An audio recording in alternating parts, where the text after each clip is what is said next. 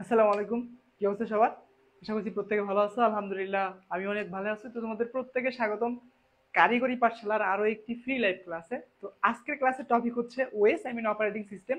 এই অধ্যায় সব থেকে মেজর ইম্পর্টেন্ট একটা অধ্যায়, সেটা হচ্ছে প্রসেস শিডিউলিং। তো এই প্রসেস শিডিউলিং অধ্যায় নিয়ে হচ্ছে আমরা আজকের এই ভিডিওতে আলোচনা করব। তো তোমরা যারা যুক্ত হয়েছো তারা প্রত্যেকে ভিডিওটা তোমাদের নিজ নিজ টাইম লাইনে শেয়ার করে দাও, এবং যারা এখন পর্যন্ত যুক্ত হয়নি তাদেরকে মেনশন করো। আরেকটা কথা হচ্ছে, তো আমাদের যে মেসেঞ্জার গ্রুপগুলো আছে সেইখানে কাইন্ডলি ভিডিওটা শেয়ার করো, ঠিক আছে? আর আমিও হচ্ছে ভিডিওটা শেয়ার করি, দেন হচ্ছে কথা বলা শুরু করি।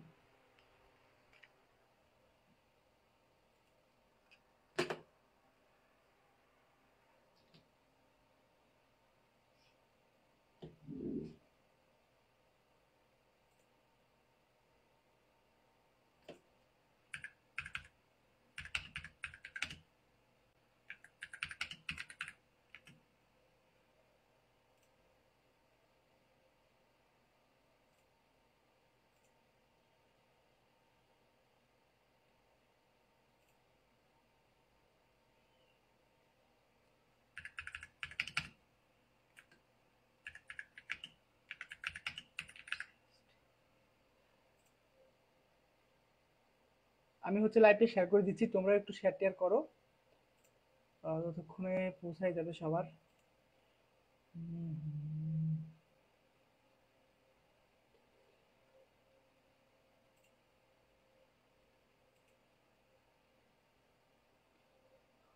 হচ্ছে মেসেঞ্জার গ্রুপগুলোতে দিতে হবে।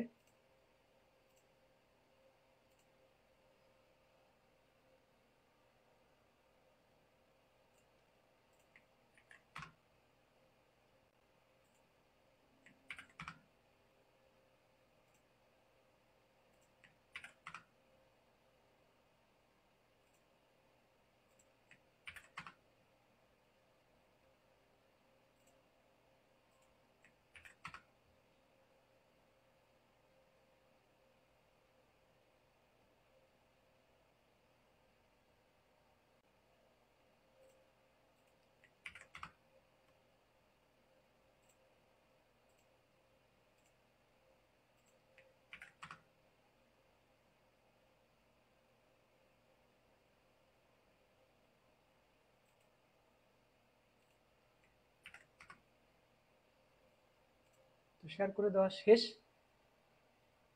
কই গেল আমাদের লাইভ? তো প্রোফাইলে শেয়ার করছে, শেয়ার থেকে দেখি। তো এই হচ্ছে আমাদের লাইভ। যারা যুক্ত হইছো তারা একটু সারা শব্দ করো যে ভাইয়া আমরা হচ্ছে লাইভে যুক্ত হইছি। তো যারা লাইভে যুক্ত হইছো তারা একটু সারা শব্দ দাও যে ভাই আমরা লাইভে যুক্ত হইছি। ক্লাসটা কন্টিনিউ করেন, হ্যাঁ? তো তোমরা যারা দীর্ঘ একটা অপেক্ষার পরে কিন্তু আজকে আমাদের এই লাইভ ক্লাস, তাই না? আমরা অনেক দিন পর হচ্ছে লাইভে আসলাম, কারণ আমরা মাঝখানে ম্যাক্সিমাম ক্লাস রেকর্ড করে দিছিলাম সেই কারণে।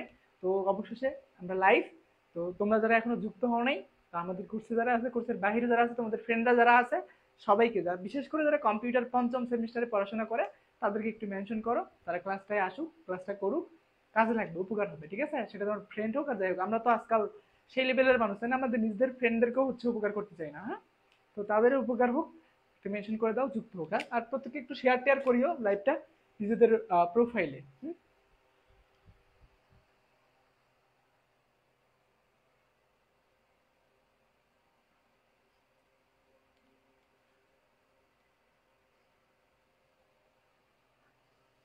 ক্যাসো সুমাইয়া আক্তার জুই লিখছো, আসসালামু আলাইকুম ভাইয়া। ওয়ালাইকুম আসসালাম। তোমরা যারা যুক্ত হয়েছো সবাই একটু কমেন্ট করো, তাহলে আমি তোমাদেরকে চিনতে পারবো, বুঝতে পারবো, দেখতে পারবো। আফসানা আপনার আসসালামু আলাইকুম। ওয়ালাইকুম আসসালাম ওয়া রাহমাতুল্লাহি ওয়া বারাকাতুহু। কেমন আছেন ভাইয়া? আপনারা লং টাইম পরে আপনার সাথে দেখা, অনেক অপেক্ষার পরে, হ্যাঁ, মেলা দিন পরে অবশেষে আমরা লাইভে আসলাম, তাই না? মেলা দিন থেকে আমরা হচ্ছে লাইভ টাইভে আসি না, মাঝখানে কিছুদিন রেকর্ড ক্লাস, তোমাদের সাথে ওইভাবে মুলাকাত হচ্ছে না, তাই না? তো ফাইনালি সেই সময় আজকে ক্লাসটাতে আমরা হচ্ছে বেশ কিছু ইন্টারেস্টিং বা ইম্পর্টেন্ট প্রশ্ন শিখবো, এবং সেই সাথে আমাদের যে মতবাদ, অনেক দিনের যে গ্যাপ, সেটা পূরণ করার চেষ্টা করবো আজকে ইনশাআল্লাহ, ঠিক আছে? তো আজকে মূলত হচ্ছে আমরা অপারেটিং সিস্টেমে যে তোমাদের চ্যাপ্টার ফিফথ আছে,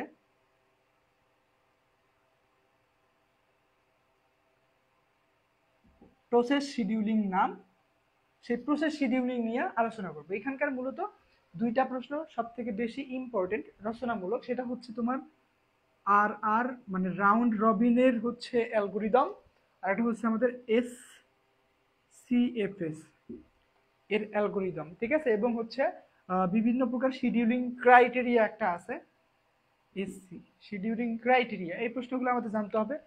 এগুলোর বাইরেও আমরা জানবো হচ্ছে সিপিইউ শিডিউলিং কি, ব্রাশ টাইম কি, অ্যারাইভেল টাইম কি, ওয়েটিং টাইম কি, তারপরে এটা জানবো টার্ন অ্যারাউন্ড টাইম কি, থ্রুপুট কি, রেসপন্স টাইম কি, অ্যাভারেজ ওয়েটিং টাইম কি।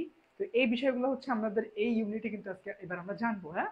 এরপর জানবো প্রিমিটিভ কি, নন প্রিমিটিভ কি, সবকিছু এই অধ্যায়ে জানবো। কোয়ান্টাম টাইম, টাইম স্লাইস এই অধ্যায়ের পর, হ্যাঁ, এই অধ্যায়ে আমরা জানবো। তো খুবই ইম্পর্টেন্ট এবং ইন্টারেস্টিং একটা অধ্যায়। যারা যুক্ত হও নাই যুক্ত হও, এবং যারা যুক্ত হয়েছে তারা তোমাদের ফ্রেন্ডদেরকে একটু মেনশন করো, তারাও একটু যুক্ত হোক আমাদের লাইভ ক্লাসগুলোতে, ঠিক আছে।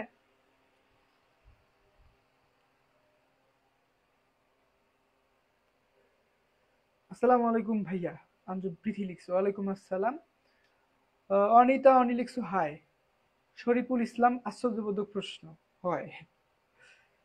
তাশরিফা তাবাসসুম লিখছো আসসালামু আলাইকুম ভাইয়া। ওয়ালাইকুম আসসালাম ওয়া রাহমাতুল্লাহি ওয়া বারাকাতুহু।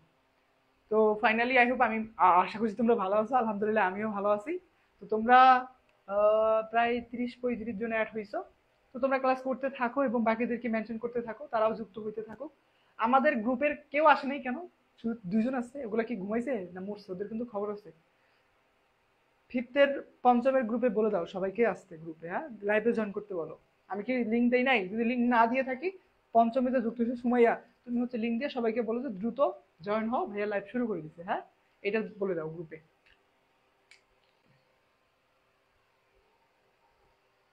হ্যাঁ, দ্রুত দাও, দিয়ে বলো যে যুক্ত হও, লাইভে যুক্ত হও।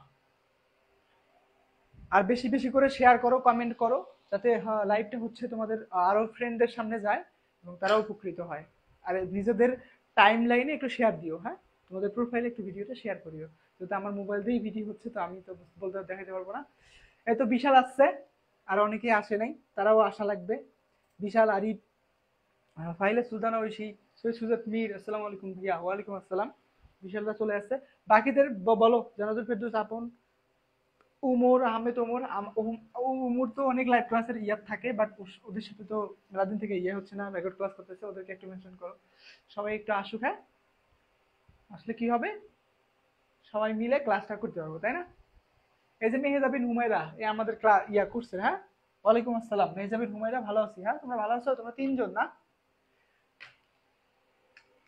তো আমরা কি পড়বো?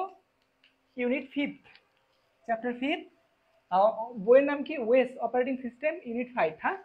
এইটা নিয়ে হচ্ছে আমরা ছোট্ট ছোট্ট কিছু আলোচনা করি। প্রথমেই পড়বো হচ্ছে আমরা শিডিউলিং জিনিসটা আসলে কি, এরপরে বুঝবো আসলে সিপিইউ শিডিউলিং কি। আমাদের এই ইউনিটের নাম কি বলতো? ইউনিটের নাম হচ্ছে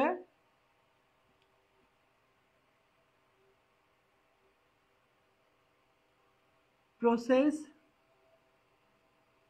শিডিউলিং, হ্যাঁ। এটা হচ্ছে আমাদের ইউনিটের নাম, প্রসেস শিডিউলিং। আর আমি তো হচ্ছে কি ভাষায় লিখি? উর্দু ভাষায় লিখি, হ্যাঁ। তো উর্দু ভাষা তোমরা যারা রেগুলার ক্লাস করো বুঝবা। তোমরা যারা রেগুলার ক্লাস করো তারা একটু যুক্ত হও। মরিয়ম আক্তার, তারপরে কি জানো, অনেকের নাম ভুলে গেছি, যুক্ত হতে হতে না হইতে হইতে, সুমাইয়া আক্তার, সৈয়দ সুজত মির, আরিফ, মঈন উদ্দিন, তারপরে আরফা বিনতে কালাম, এরকম একজন, বেশ কয়েকজন আছো তোমরা যারা রেগুলার একটু অ্যাক্টিভ থাকো। টোটাল তোমরা 120 জন আছো বা 133 জন আছো, তাই না? প্রত্যেকেরই নাম মনে আছে, বা প্রায় হচ্ছে ম্যাক্সিমামের নাম আমার মনে আছে, কারণ তোমরা সেকেন্ড থেকে আমার সাথে আসো, যুক্ত আছো। দ্যাটস ওয়াই তোমাদের নামগুলো আমার মুখস্থ হয়ে গেছে, ঠিক আছে। এবার তোমরা একটু যুক্ত হও, তোমাদের মুখ না দেখতে পারি, নামটা অন্তত পক্ষে দেখি, যুক্ত হও, হ্যাঁ। তো ইউনিটের নাম হচ্ছে প্রসেস শিডিউলিং। এখন আসো যে প্রসেস জিনিসটা আসলে কি। প্রসেস মানে আমরা জানি যে কোনো কিছুকে প্রসেস করা বা হচ্ছে ওইটা কাজ করানো একটা বিষয় বুঝায়।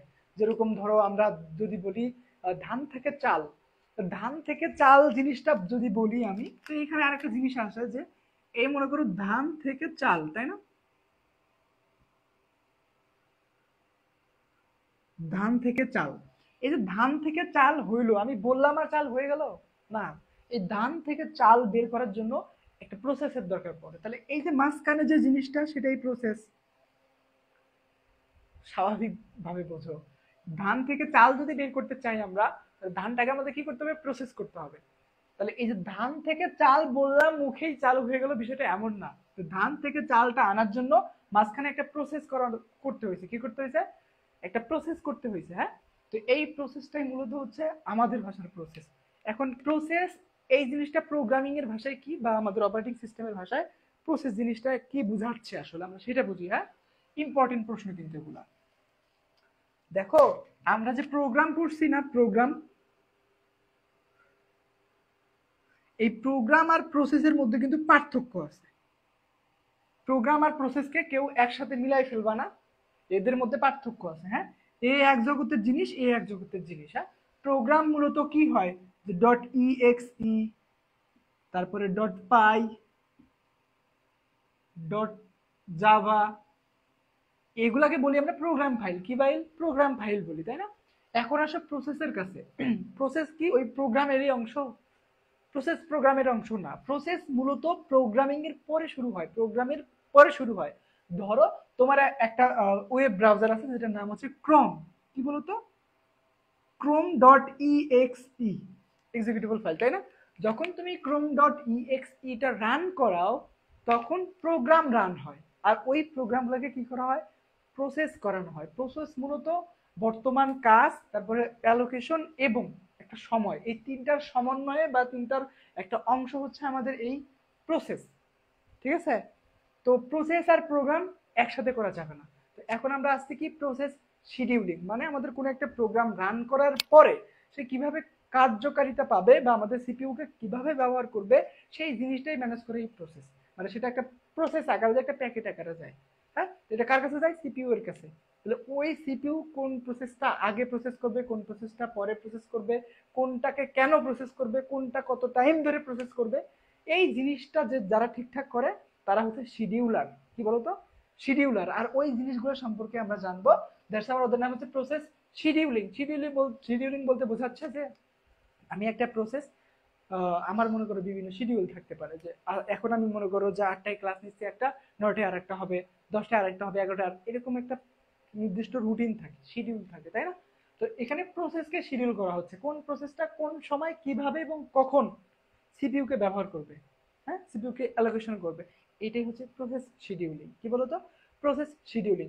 আর অপারেটিং সিস্টেমের যে অংশ, আমি একটু বলি বেশি লিখি কম, তোমরা আমার কথার সাথে একটু লেখার ট্রাই করবা খাতাতে, তাহলে ভালো হবে, হ্যাঁ। কি বললাম আমি?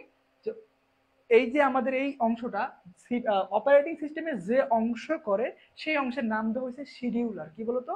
শিডিউলার। তাহলে প্রসেস শিডিউলিং কি এটা আই হোপ বুঝছো।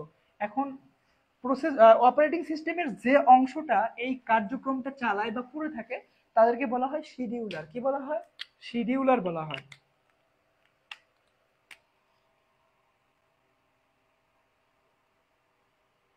শিডিউলার বলা হয়। শিডিউলার মানে ভুল হইতে পারে আমার, ডিইউআর হইতে পারে, বাট আমি যা লিখছি মনে করছি এটা শিডিউলার, হ্যাঁ। তো এই শিডিউলার কি? শিডিউলার হচ্ছে এমন একটা জিনিস যে নির্বাচন করে কোন প্রসেস কখন কিভাবে নির্বাহ হবে, এই হচ্ছে শিডিউলার। আর অপারেটিং সিস্টেমের যে অংশ এইটা নিয়ে কাজ করে সেটাই হচ্ছে শিডিউলার অংশ, তাই না? তাহলে এটা আবার তিন প্রকারের হয়ে থাকে। কয় প্রকারের? তিন প্রকারের হয়। এই শিডিউলারটা কয় প্রকারের হয়? টোটাল তিন প্রকারের হয়। Number one, short term.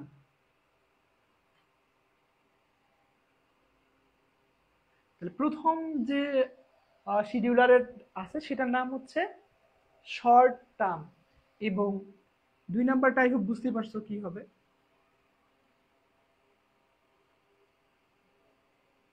এটা হচ্ছে mid term,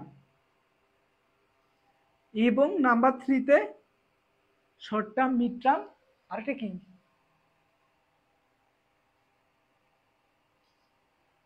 short term, mid term, আর একটা কি হবে? শর্ট হইলো, মিড হইলো, লং তো হয় নাই, তাহলে এটা হবে লং টার্ম। এটা হবে লং টার্ম। তাহলে শিডিউলার কি এটা খুব বুঝছো। আর শিডিউলার কত প্রকার? তিন প্রকারের। একটা হচ্ছে শর্ট টার্ম শিডিউলার, আর একটা হচ্ছে লং মিড টার্ম শিডিউলার, আর একটা হচ্ছে লং টার্ম শিডিউলার। টুকুস করে খাতায় উঠাই নিবা ছোট ছোট করে, প্রয়োজনে পরে হচ্ছে ইয়া করবা। তো মরিয়ম আক্তার আসছে, আসসালামু আলাইকুম ভাইয়া। ওয়ালাইকুম আসসালাম। এমডি মঈনুদ্দিন, আসসালামু আলাইকুম ভাই, কেমন আছেন? ওয়ালাইকুম আসসালাম মঈনুদ্দিন, আই হোপ ভালো আছো? জি স্যার, আলহামদুলিল্লাহ ভালো আছি। আমরা তিনজন লং টার্ম, সবাই যুক্ত হও লাইভটাতে। ফাঁকা ফাঁকা লাগতেছে কেন জানি, প্রশ্ন যদি না করো ভালো লাগবে। তাহলে শিডিউলার টোটাল আমাদের 3 প্রকার, একটা হচ্ছে শর্ট টার্ম শিডিউলার, একটা হচ্ছে মিড টার্ম শিডিউলার, আর একটা হচ্ছে আমাদের এখানে লং টার্ম শিডিউলার। এই তিনটা হচ্ছে শিডিউলার। হ্যাঁ, এখন আর একটা জিনিস প্রশ্ন আছে আমাদের এখানে, যেটার নাম হচ্ছে ডিসপ্যাচার। ডিসপ্যাচার, তো ডিসপ্যাচারটা কিভাবে কাজ করে এখানে একটা সুন্দর চিত্র দেওয়া আছে, আমি তোমাদের একটা চিত্র দেখাই।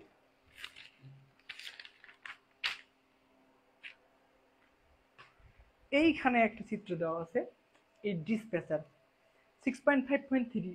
তো দেখো আমরা কিন্তু ওই যে প্রসেস স্টেটগুলো পড়ছিলাম, running state, terminated state, ready queue state, তারপর হচ্ছে স্টার্ট স্টেট, নিউ স্টেট, আর একটা হচ্ছে কি ছিল, রানিং স্টেট ছিল, তাই না? তো এইখানে দেখো রেডি স্টেট, তারপরে এখানে শর্ট টার্ম। শর্ট টার্মটা কি আমি এখানে লিখি,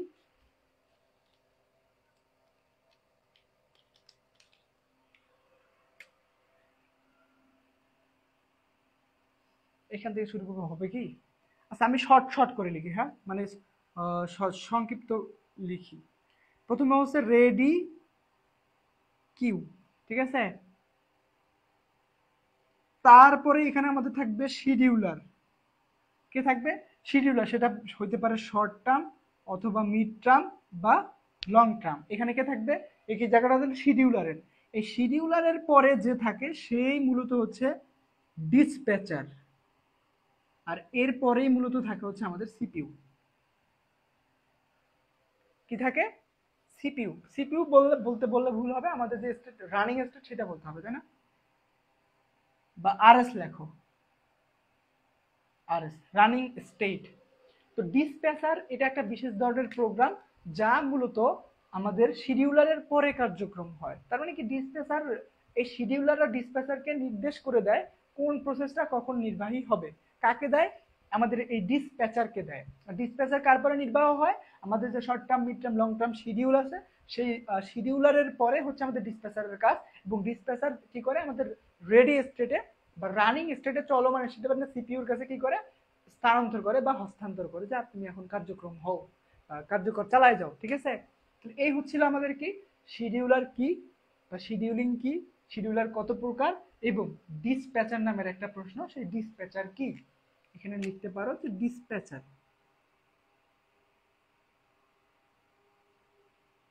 ডিসপ্যাচার, হ্যাঁ। তো এই দুটো প্রশ্ন বুঝছো, লং টার্ম ডিসপ্যাচার কিভাবে কাজ করে এবং শিডিউলার আসলে কি, এই দুটো জিনিস বুঝছো? বুঝতে থাকলে বলো যে ভাইয়া বুঝতে পারছি।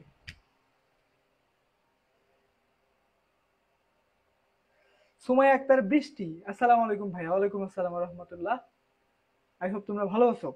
বিষাদের 3 প্রহর, আসসালামু আলাইকুম ভাইয়া। ওয়ালাইকুম আসসালাম রহমতুল্লাহ বরকাতুহু। কেমন আছেন? আমি আলহামদুলিল্লাহ ভালো আছি, আল্লাহর রহমতে, তোমাদের দোয়াতে, এবং আমি আশা করছি তোমরা ভালো আছো। তো এটা বুঝছো কিনা একটু যদি কমেন্ট করো তো ভালো হয়। তো ভাইয়া বুঝতে পারছি, না হলে আমি আবার একবার রিপিট করি।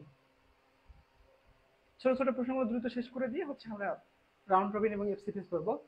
জি ভাইয়া বুঝতে পারছি ভাইয়া, ধন্যবাদ তোমাদেরকে। তাহলে এইটা হচ্ছে আমি ক্লিন করে দিলাম, হ্যাঁ, যেহেতু এটা বুঝতে পারছো।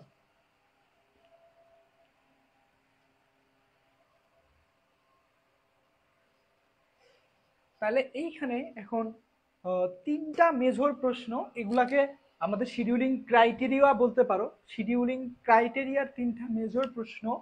1 নাম্বার প্রশ্ন হচ্ছে আমাদের এখানে যে টার্ন অ্যারাউন্ড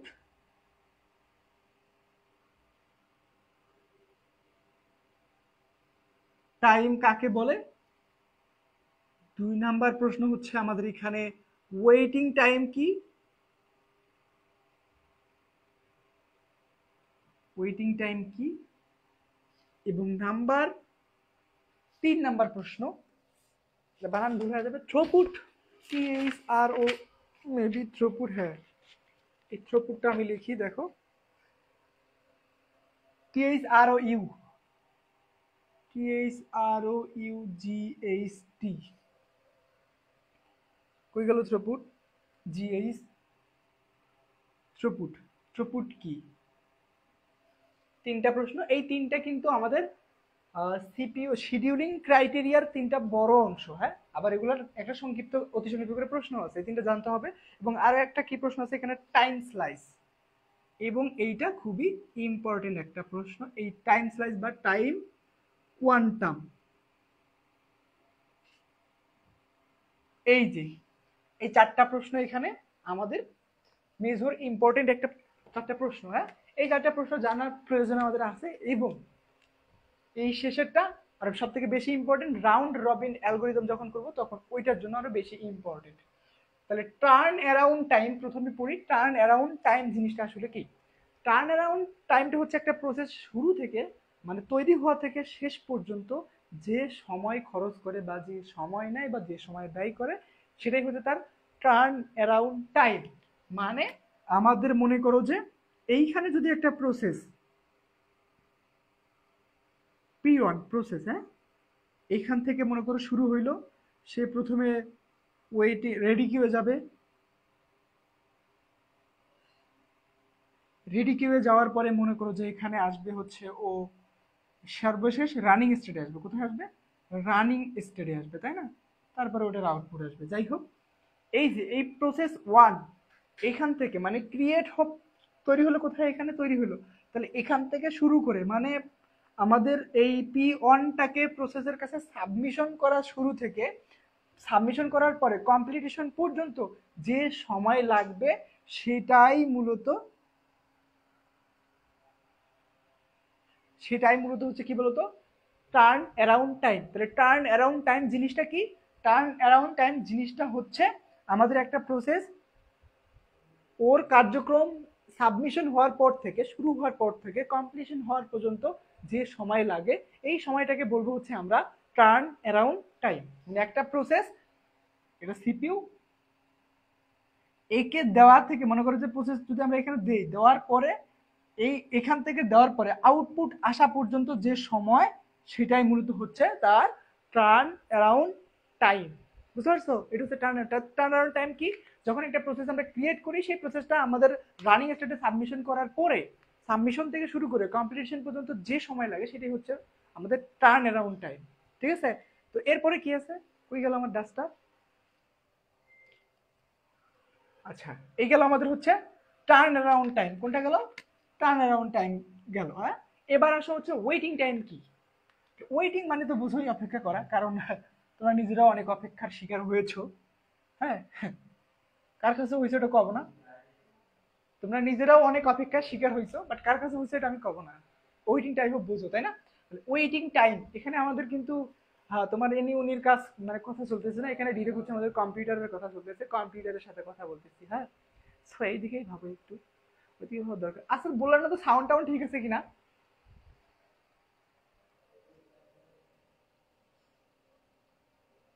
আসসালামু আলাইকুম ভাইয়া দিলশাদ CHY। ওয়ালাইকুম আসসালাম রহমতুল্লাহি ওয়া বারাকাতুহু। আশা করছি ভালো আছো। আলহামদুলিল্লাহ আমি অনেক ভালো আছি। তো তোমরা যারা যুক্ত হয়েছো কাইন্ডলি তোমাদের টাইম লাইনে একটু পোস্ট শেয়ার টেয়ার করিও, তো আমার সামনে আসে যে হাফিজ ভাইয়ার পোস্ট আমরা শেয়ার করছিলাম। এবং তোমাদের ফ্রেন্ড যারা আছে একটু মেনশন দাও যারা পঞ্চম সেমিস্টারে পড়ে। কিপটা আমি করে লাভ নেই। হ্যাঁ, বাস ভাই আর কয়েকদিন সবাইকে ভালোবাসো, মুক্ত হয়ে ভালোবাসো, দেখবা জীবন সুন্দর। বুঝতে পারছো? তো যেটা বলতেছিলাম ওয়েটিং টাইম। ওয়েটিং টাইম আসলে কি? অপেক্ষামান সময়। এই অপেক্ষামান সময় তোমরা অনেক করছো জীবনে, বাট এখন আসে প্রফেসর কম্পিউটারের ভাষাতে। তাহলে ওয়েটিং টাইম জিনিসটা এমন একটা জিনিস, আমাদের পাঁচটা স্টেট আছে, তাই না? প্রসেস স্টেটের কয়টা স্টেট? পাঁচটা স্টেট। পাঁচটা স্টেটের মধ্যে একটা স্টেট আছে রেডি স্টেট। রেডি স্টেট কি স্টেট? রেডি নামের একটা স্টেট আছে।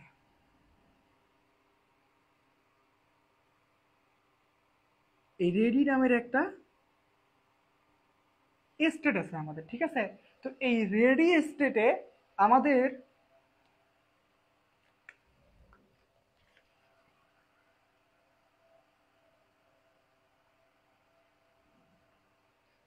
আমাদের এই রেডি স্টেট, এটা RS দ্বারা আমি একটু উল্লেখ করে রাখি।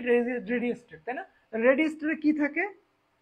প্রসেস থাকে। কি থাকে? প্রসেসগুলা থাকে রেডি স্টেটে, যারা সিপিইউ কে পাওয়ার জন্য মনে করো যে সিপিইউ কে পাওয়ার জন্য অলমোস্ট রেডি, মানে একদম প্রস্তুত, সব বাকি চারটা স্টেট পার করে রেডি স্টেটে আসতে এরা, তাই না? তার মানে এটা কি? এরা কিন্তু সিপিইউ কে পাওয়ার জন্য একদমই মানে প্রস্তুত, বা হচ্ছে কি বলা যায় এদেরকে, মানে যুক্তিক বা যুক্ত।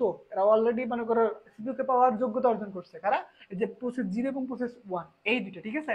তো এই প্রসেসকে পাওয়ার জন্য একটা প্রসেস সিপিইউ কে পাওয়ার আগ পর্যন্ত রেডি স্টেটে যে পরিমাণ সময় নষ্ট করে সেটাই হচ্ছে আমাদের ওয়েটিং টাইম। তাহলে ওয়েটিং টাইম কি? রেডি স্টেটে একটা প্রসেস যে পরিমাণ টাইম ব্যয় করে ওটাই হচ্ছে আমাদের কি বলতো রেডি স্টেটে। তাহলে আমাদের এটা কি স্টেট? Ready state. পাঁচটা স্টেটের মধ্যে এটা কোন স্টেট?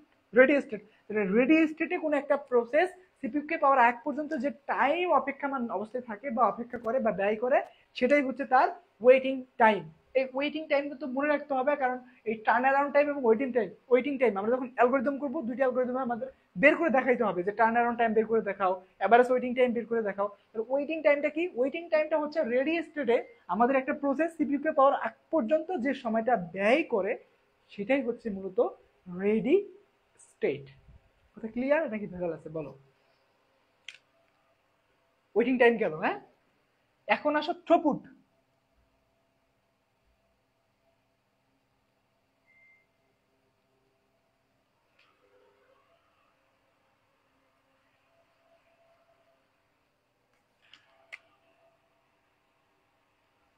তাহলে এখন নাম্বার 3-এ আসা হচ্ছে থ্রুপুট। থ্রুপুট জিনিসটা আসলে কি?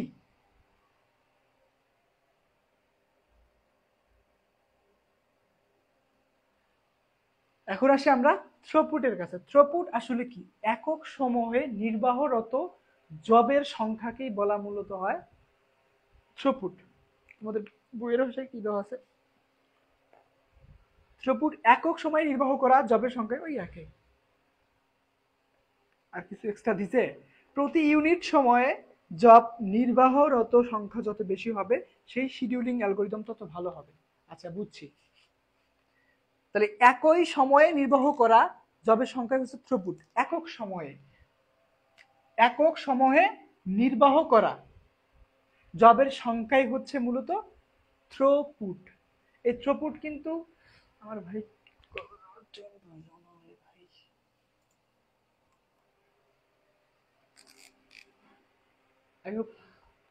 চলতেছে কি?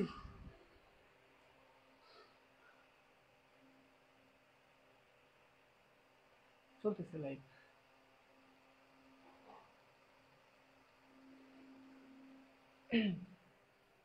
তাহলে এখন আসো কার কাছে? থ্রুপুটের কাছে। থ্রুপুট জিনিসটা আসলে কি?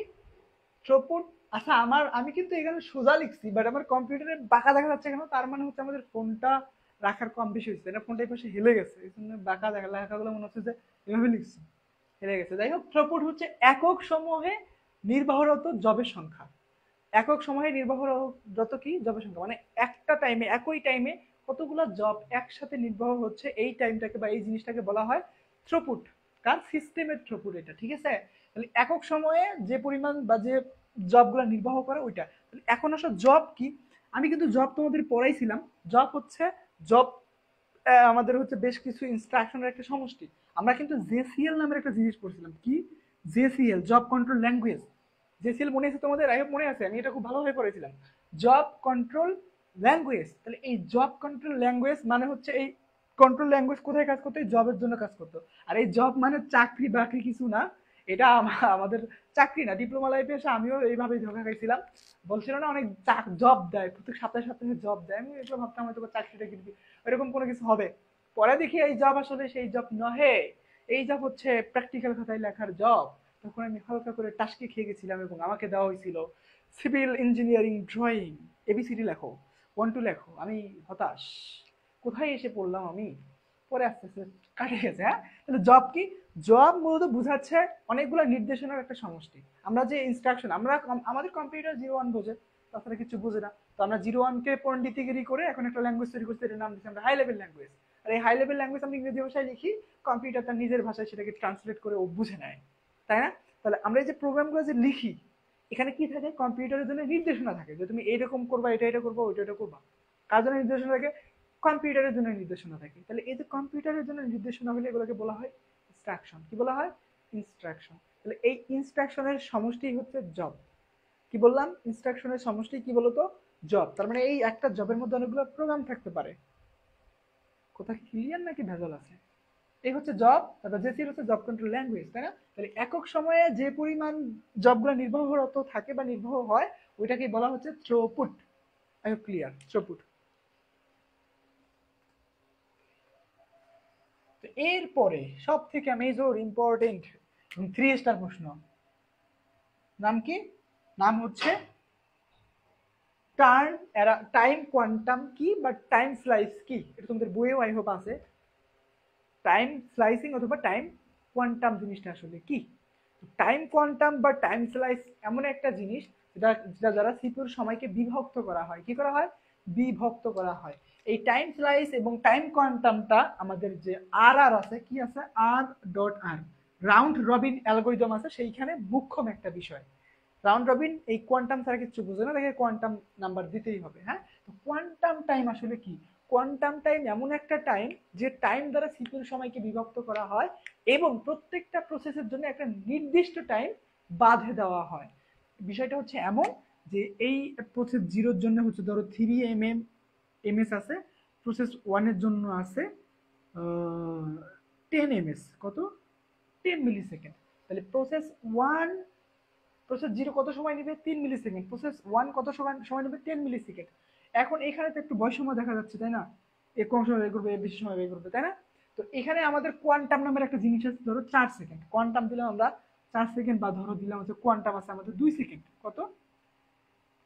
2 সেকেন্ড আমাদের হচ্ছে কোয়ান্টাম টাইম দেওয়া আছে। তাহলে কোয়ান্টাম টাইম দ্বারা কি করা হইলো? সিপিইউ টাইমটাকে বিভক্ত করা হইলো যে এই যে 2 সেকেন্ড, এই 2 সেকেন্ড করে প্রত্যেকের জন্য বরাদ্দ থাকবে। এখানে কোনো হচ্ছে আমরা বৈষম্য করব না, কারণ আমরা বৈষম্যহীন বাংলাদেশে বসবাস করি।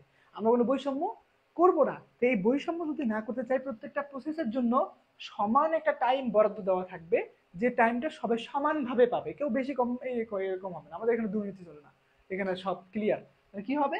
সবাই এই 2 সেকেন্ড করেই আগে পাবে। তাহলে এখন P3 তো 3 সেকেন্ড, 2 সেকেন্ডে তাদের কাছে শেষ হবে না। তাহলে কি করতে হবে? এটার জন্য সে দ্বিতীয়বার আবার 2 মিলি সেকেন্ড ব্যয় করবে, কোনো প্রকার সমস্যা নেই, বাট প্রথমবারে সবার জন্য সেম টাইমে বের করবে। তো এটা 10, তাহলে এই 10-এর জন্য প্রসেস অনের জন্য ও 2 মিলি সেকেন্ডই দিবে। তাহলে একে টোটাল 5 বার এই 2 সেকেন্ড করে নিতে হবে। তাহলে 5 × 10, ঠিক আছে? তাহলে এইটাই হচ্ছে আমাদের টাইম কোয়ান্টাম বা টাইম স্লাইস।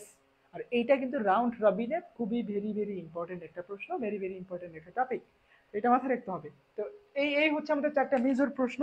আই হোপ এই 4টা খাতে উঠাই নিছো এবং বুঝতে পারছো টার্ন অ্যারাউন্ড টাইম কি, প্রসেস সাবমিশন থেকে শুরু করে কম্পিটিশন পর্যন্ত যে সময়, সেটা হচ্ছে turn around time. Waiting time, ready স্টেটে যে পরিমাণ সময় ব্যয় করে আমাদের হচ্ছে প্রসেস, সেটা হচ্ছে কি বলতো, ওয়েটিং টাইম। থ্রুপুট, একক সময়ে নির্বাহরত জবের সংখ্যাই হচ্ছে থ্রুপুট। এবং টাইম স্লাইস বা কোয়ান্টাম, সিপিইউকে বিভক্ত, একটা নির্দিষ্ট টাইমে বিভক্ত করে দেওয়াই হচ্ছে কি আমাদের কোয়ান্টাম টাইম। এটা আমার ভাষায় বললাম, তোমরা একটু সংখ্যাটা দেখে নিবা, ঠিক আছে? বোঝার খাতিরে আমি ভেবে বলছি, ঠিক আছে? তো এই 4টা প্রশ্ন কি তোমরা বুঝতে পারছো? যদি বুঝে থাকো বলো যে ভাই ইটস লাউড অ্যান্ড ক্লিয়ার। সবাই একটু কমেন্ট করো।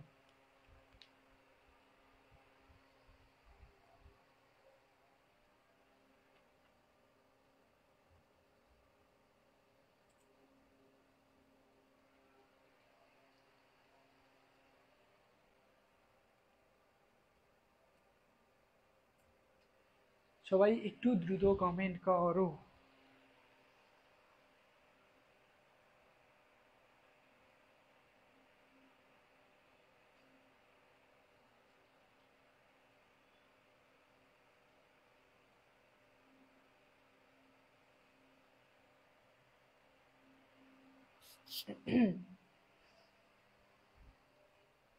খুব ভালোভাবে বুঝতে পারছি, লাউড অ্যান্ড ক্লিয়ার। আচ্ছা, লাউড অ্যান্ড ক্লিয়ার ভাবে বুঝতে পারছি তাহলে, তাই না? তাহলে এই 4টা কিন্তু আমাদের শেষ। মির্জাবিন হুমায়রা লিখছো জি স্যার বুঝতে পারছি। সুমাইয়া আক্তার বেশি লিখছো clear, it's loud and clear, তাই না? তো হচ্ছে এই 4টা প্রশ্ন ইম্পর্টেন্ট ছিল। এই 4টা প্রশ্ন, 4টার মধ্যে 3টে প্রশ্ন আমাদের যে হচ্ছে শিডিউলিং ক্রাইটেরিয়া আছে সেখানেও আছে, একটু পরে যখন প্রশ্ন লাগাই দিব পাওয়া যাবা ইনশাল্লাহ। তো এইখানে যদি আমাদের আরেকটা প্রশ্ন দেখি, সেই প্রশ্নটার নাম হচ্ছে কয়েকটা শিডিউলিং অ্যালগোরিদমের নাম লেখো। কি প্রশ্নের নাম? কয়েকটি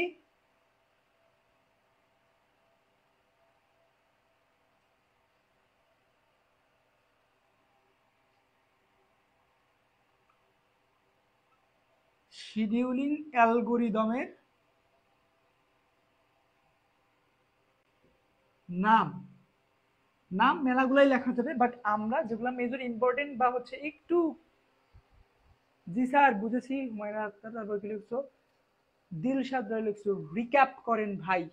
রিক্যাপ কি করবো বুঝি নেই, বুঝাই বলো, আমি আবার রিপিট করতে বলতেছ, আমি তো বুঝেই ফেললাম।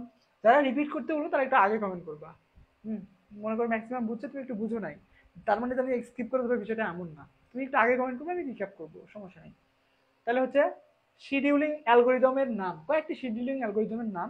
এর মধ্যে মেজর ইম্পর্টেন্ট হচ্ছে আমাদের এইখানে এফসিএফএস, এফসিএফএস, তারপরে হচ্ছে R.R,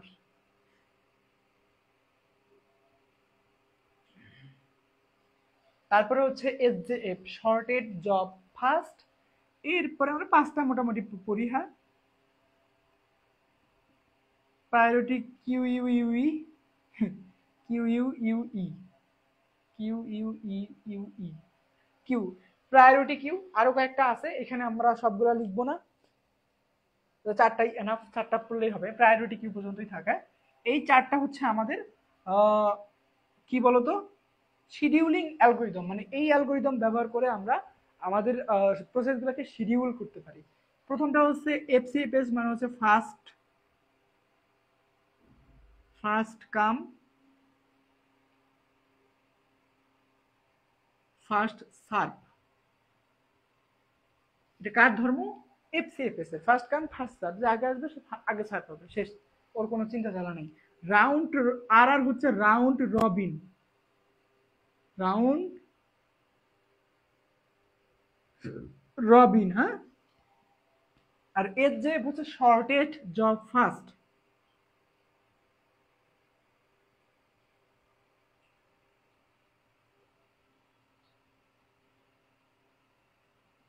শর্টেজ জব ফার্স্ট। তাহলে এই এর রেডি কিউবে জাস্ট খালি নাম মনে রেখে, তো এই ঝামেলা করতে হবে, দরকার নাই এর। তাহলে এই যে আমাদের এই তিনটা একটু বেশি ইম্পর্টেন্ট এই অধ্যায়ের, আমাদের যে ইয়াগুলো আছে তার মধ্যে এফসিএফএস, ফার্স্ট কাম ফার্স্ট সার্ভিস, যেটা একদম সব থেকে বেশি পুরাতন এবং সরল একটা শিডিউলিং অ্যালগোরিদম। এবং এই সাহেব কিন্তু আমাদের একটা জনপ্রিয় জিনিস, তো যেটা তোমরা হচ্ছে কিউ অধ্যায়ে পড়ছো, পঞ্চম অধ্যায় ডেটা স্ট্রাকচার অ্যালগোরিদমের, সে কিন্তু ফিফো পদ্ধতি মেনে চলে। কোন পদ্ধতি? ফিফো। ফিফো কি? ফিফো হচ্ছে ফার্স্ট ইন ফার্স্ট আউট, যে প্রসেসটি আগে আসবে সেই প্রসেসটিকে সে আগে সময় দিবে, এটাই হচ্ছে FIFO, first in first out. কার বৈশিষ্ট্য? FCFS, first come first service. এর আরো একটা বৈশিষ্ট্য আছে, সেটা হচ্ছে নন প্রিমিটিভ।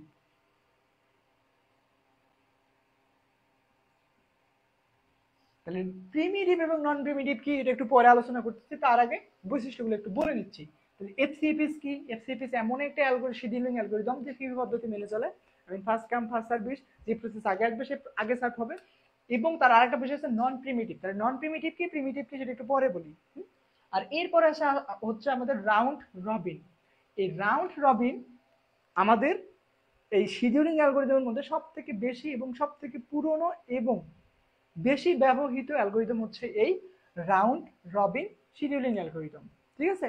তো এই শিডিউলিং অ্যালগোরিদমের, রাউন্ড রবিন অ্যালগোরিদমের বৈশিষ্ট্য হচ্ছে এ টাইম কোয়ান্টাম মেনে চলে। কি করে? টাইম কোয়ান্টাম, এক নাম্বার বৈশিষ্ট্য টাইম কোয়ান্টাম। আর টাইমটা কোয়ান্টাম কি, মানে সিপিইউ কে টাইম বিভক্ত করে দেওয়া, কোন প্রসেসটার কত সময় লাগবে এটা কি করে দেওয়া, বিভক্ত করে দেওয়া। তারপরে কি আছে, মানে প্রত্যেকটা প্রসেস সমান সময় পাবে আর কি। এরপরে দুই নাম্বার যে বৈশিষ্ট্য সেটা হচ্ছে ও প্রিমিটিভ, প্রিমিটিভ। আর শর্টেজ জব ফার্স্ট, এর বৈশিষ্ট্য হচ্ছে কি জানো, যে জবটা শর্টেস্ট, মানে সব থেকে ছোট, হ্যাঁ।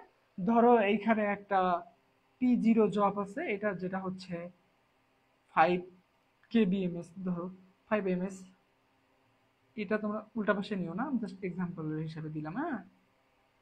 ধরো এই যে এখানে আমরা বলছি শর্টেস্ট, মানে হচ্ছে সব থেকে ছোট প্রসেস কোনটা।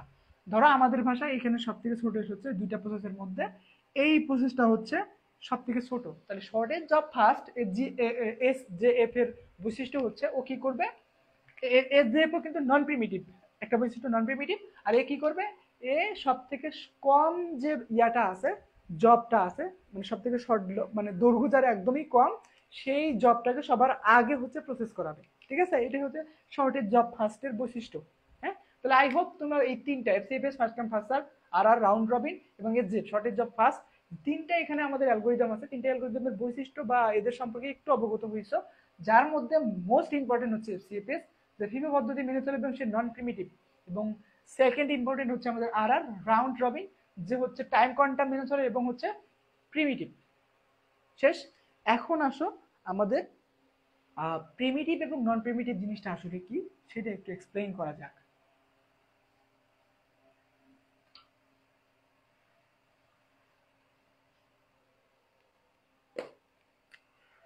একটা হচ্ছে নন প্রিমিটিভ আর এটা হচ্ছে শুধু প্রিমিটিভ। হ্যাঁ, নন প্রিমিটিভ কি, প্রিমিটিভ জিনিসটা আসলে কি? তো বিষয়টা হচ্ছে জাস্ট এক কথায় অ্যান্সারটা মাথায় রাখবা, দ্যাটস এনাফ, আর তেমন কিছু লাগবে না। প্রিমিটিভ এমন একটা বৈশিষ্ট্য, মানে শিডিউলিং অ্যালগরিদমের প্রিমিটিভ এমন একটা বৈশিষ্ট্য যে বৈশিষ্ট্যের কারণে আমাদের একটা সিপিইউ একটা প্রসেস চালাচ্ছে, মাঝপথে সেটা থামাই দিতে পারবে। কি করতে পারবে?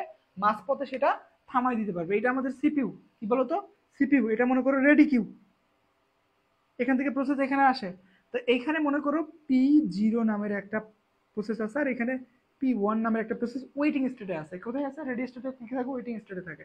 তাহলে আমাদের এখানে একটা প্রসেস আছে ওয়েটিং অবস্থায়, এবং এই যে সিপিইউ এর মধ্যে রানিং অবস্থায় বা রানিং স্টেটে একটা প্রজেক্ট আছে, প্রজেক্ট বলতে প্রসেস আছে। হ্যাঁ, তো এই প্রসেসটা তো চলতেছে ঠিক মতো। ধরো এই প্রসেসটার টোটাল টাইম দেওয়া আছে 24 ms, 24 মিলি সেকেন্ড টাইম দেওয়া আছে কার? প্রসেসটার। দেখা গেল যে এই 24 ms এর মধ্যে এখানে আমাদের 4 ms যাওয়ার পরেই থামাই দিল, বাকি থাকলো কত? 20 ms বাকি থাকলো। তাহলে এই 4 ms যাওয়ার পরে দেখা যাবে যে আমাদের এই যে প্রসেসটা আছে P0, এটা কিন্তু মাঝ পথে, কারণ সে মাত্র 4 বা হচ্ছে 10-15 পাইছে, কিন্তু সে পাওয়ার কথা কত? 24। তাহলে কি মাঝ পথে যদি একে থামাই দেওয়া হয়, থামাই দেওয়া পিছনে সিরিয়াল ধরাই দেওয়া হয়, পিছনে সিরিয়াল ধরে দেওয়া হয় এবং P1 কে আবার এখানে স্পেস দেওয়া হয় তার সেকেন্ডের জন্য। তো এই জিনিসটা হচ্ছে মূলত প্রিমিটিভের বৈশিষ্ট্য। মানে কোনো একটা প্রসেস রানিং অবস্থাতে, এই রানিং স্টেটে আছে, সেই স্টেটে থাকা অবস্থায় আমাদের টাইম কোয়ান্টামের কারণে তাকে বের করে দিয়ে নতুন প্রসেস আনা হয়। এটাই মূলত হচ্ছে আমাদের এখানে প্রিমিটিভ এর শিডিউলিং এর বৈশিষ্ট্য। আর নন প্রিমিটিভ কি হবে? নন প্রিমিটিভ যদি কোনো একটা প্রসেস পায়,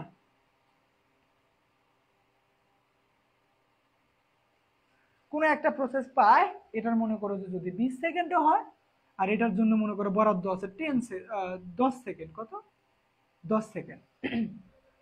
তবুও এটা হচ্ছে নন প্রিমিটিভের ক্ষেত্রে, আর এটা হচ্ছে প্রিমিটিভের ক্ষেত্রে। হ্যাঁ, নন প্রিমিটিভের ক্ষেত্রে যদি আমাদের প্রসেস 1 এর জন্য 10 মিলি সেকেন্ড টাইম দেওয়া আছে, P0 এর জন্য 20 মিলি সেকেন্ড।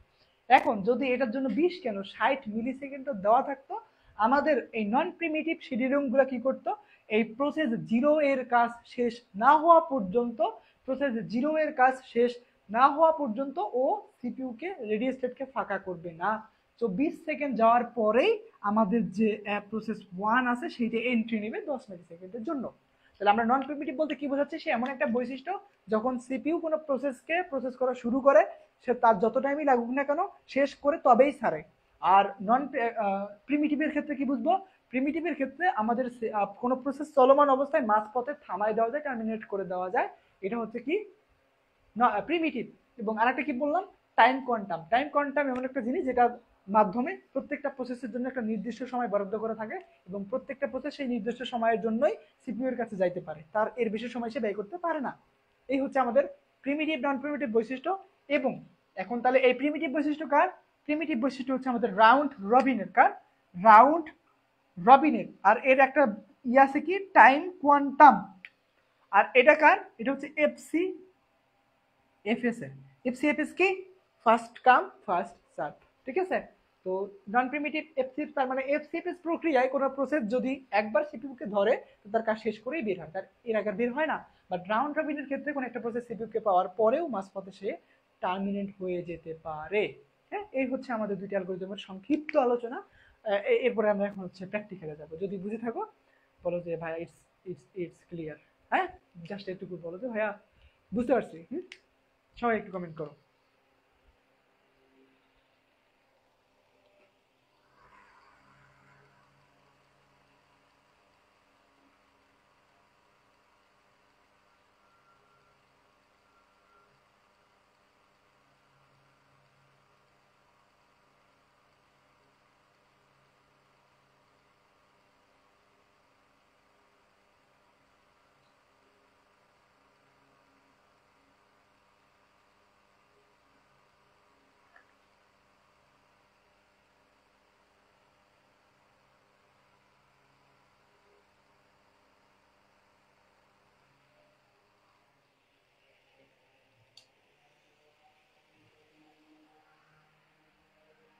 আচ্ছা কি লিখছো?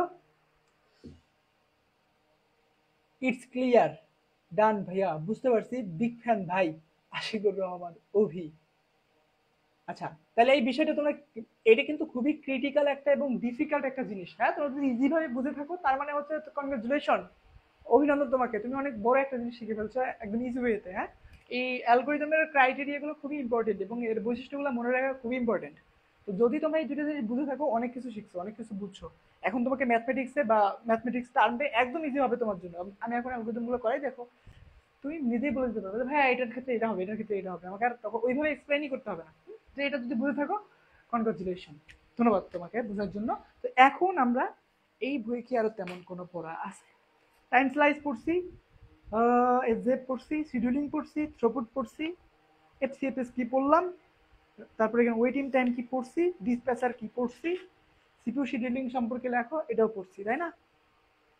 এখন এইখানে তিনটা প্রশ্ন আছে, একটা হচ্ছে শিডিউলিং অ্যালগোরিদমের বিভিন্ন ক্রাইটেরিয়া, ক্রাইটেরিয়ার মধ্যে অলরেডি আমরা তিনটা পড়ে ফেলছি। একটা হচ্ছে waiting time, turnaround time, throughput, আর তিনটা আছে একটু পরে আমরা ব্যাখ্যা করব। এর পরের প্রশ্ন হচ্ছে, এখানে আমাদের প্রথম প্রশ্ন হচ্ছে এফসিএপিএস অ্যালগোরিদম উদাহরণ সহ বর্ণনা করো, এবং এখানে হচ্ছে রাউন্ড রবিন শিডিউলিং অ্যালগোরিদম বর্ণনা করো। তার মানে আমাদের দুইটা অ্যালগোরিদম বর্ণনা করতে হবে। প্রথমে আমরা ধরবো কাকে, এফসিএফএস কে। তো এফসিএফএস বের করে ফেলো তোমাদের বইয়ে। এটা আমার যেহেতু পুরাতন বই, আমার বইয়ের এটা টোটাল নাম্বার কত, 99 পেজে আমি হচ্ছে পেয়ে গেছি। আর এর আগে তোমাদের যে আমি বলে দিই শিডিউলিং ক্রাইটেরিয়ার যে প্রশ্নগুলো দেখতো, এই যে এখানে দেখো, response time, waiting time, turnaround time, throughput. তো আমি এই তিনটা কিন্তু আমাদেরকে পড়াইছি। এখন সিপিইউ ইউটিলাইজেশন, ফেয়ারনেস, এই কয়েকটা প্রশ্ন পড়াবো একটু পরে। আমি বলে দিচ্ছি যেহেতু এক কথায় প্রশ্ন, এগুলো নিয়ে তেমন পড়া নেই। প্যারা হচ্ছে আমাদের এই যে সাহেবকে নিয়ে, এফসিএফএস, ফার্স্ট কাম ফার্স্ট সার্ভ, এটা সবাই বের করে ফেলো। খুব সহজে বাস্তবায়ন করা যায়, প্রিমিটিভ, সহজ অনুবাদনযোগ্য, লো পারফরমেন্স। এই ব্যক্তিকে এফসিএফএস। হ্যাঁ, তো এফসিএফএস বের করো। এর এক্সাম্পল দেখবো আমরা উদাহরণ সহ, ব্যাখ্যা আই হোপ পারবা, ব্যাখ্যা তো আমি বলে দিছি, আর ব্যাখ্যা করতে হবে না নতুন করে।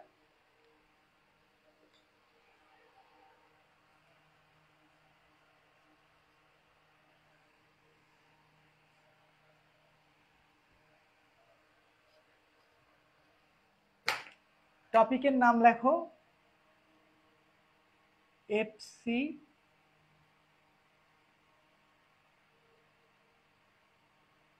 এফসিএফএস অ্যালগোরিদম, এফসিএফএস শিডিউলিং অ্যালগোরিদম।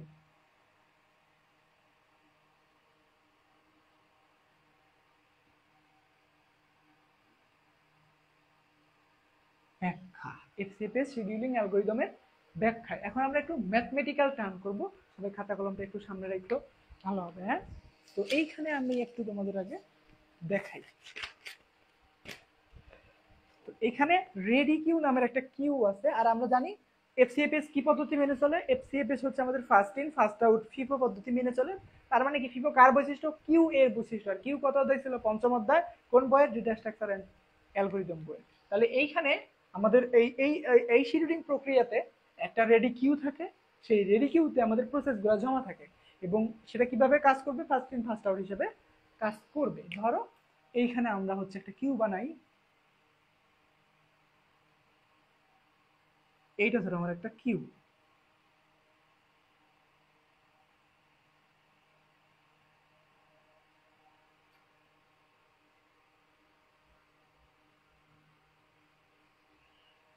আর এইখানে মনে করা আছে হচ্ছে আমার সিপিইউ। কে আছে, সিপিইউ আছে। হ্যাঁ,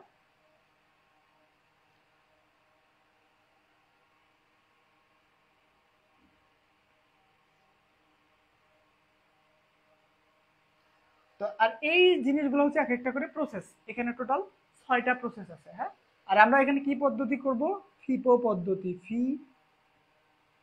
ফিফো কি, ফার্স্ট ইন ফার্স্ট আউট। তাহলে এটা কার কার বৈশিষ্ট্য, এফসিএফএস এর। কার, এফসিএফএস এর বৈশিষ্ট্য, তাই না? তাহলে এফসিএফএস কোন পদ্ধতি মেনে চলে, FIFO, first come first serve. তাহলে এখানে একটা কিউ থাকে, রেডি কিউ। রেডি কিউ বলতে বোঝাচ্ছি আমি রেডি স্টেট, যে স্টেটে আসার পরে একটা প্রসেস সিপিইউ কে পাওয়ার জন্য যোগ্যতা অর্জন করে। রেডি স্টেটে আসার আগে কোনো প্রসেসকেই সিপিইউ এর কাছে যেতে দেওয়া হয় না। যদি সিপিইউ এর কাছে যাইতে হয় তোমাকে অবশ্যই আগে রেডি স্টেটে আসতে হবে। কার কাছে, রেডি স্টেটে। তো রেডি স্টেটটা মূলত আপাতত কি, এখানে আমাদের রেডি কিউ। কিউ কেন, কারণ হচ্ছে এটা আমাদের ফিউ পদ্ধতি মেনে চলার, ফিউ হচ্ছে কিউ এর বৈশিষ্ট্য।